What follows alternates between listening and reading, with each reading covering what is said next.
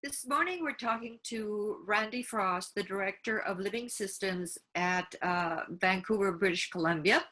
And he will be one of the speakers at the Symposium in Houston on February 17th and 18th. So Randy, tell us about how you got interested in Bowen theory and the work that you've been doing associated with Bowen theory. Well, I actually was introduced to Bowen theory when I was in seminary and read Bowen's 1966 paper at that time. And then when I moved to Washington to do clinical pastoral training at St. Elizabeth's, which is a psychiatric hospital, my professor of pastoral counseling suggested that I enroll in the postgraduate program at Georgetown while I was in Washington. So that's what I did. And it's been a long and fruitful journey since then.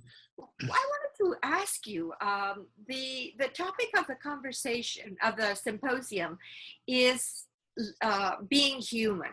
How would you describe the challenges of change with being human? Well,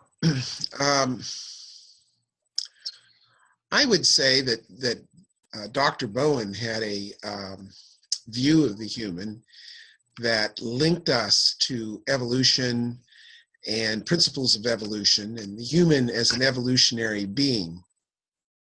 So one of the things I've been fascinated by is the way in which recent developments in biology go in a direction of systems biology. And there are lots of parallels between new knowledge in biology that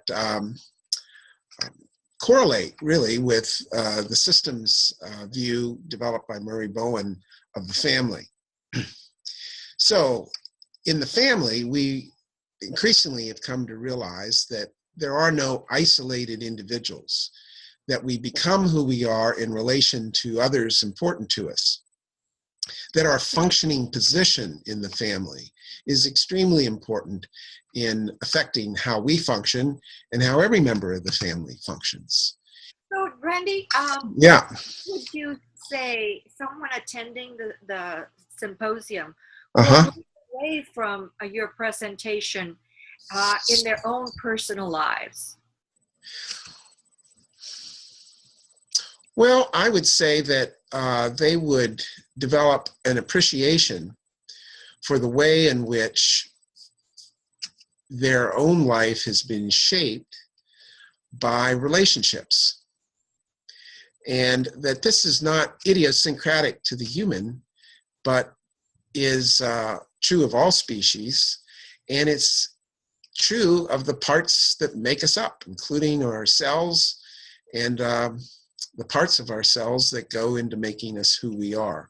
So really the concepts of Bowen theory can be appreciated for their depth, for their parallels to the rest of life and to evolution itself.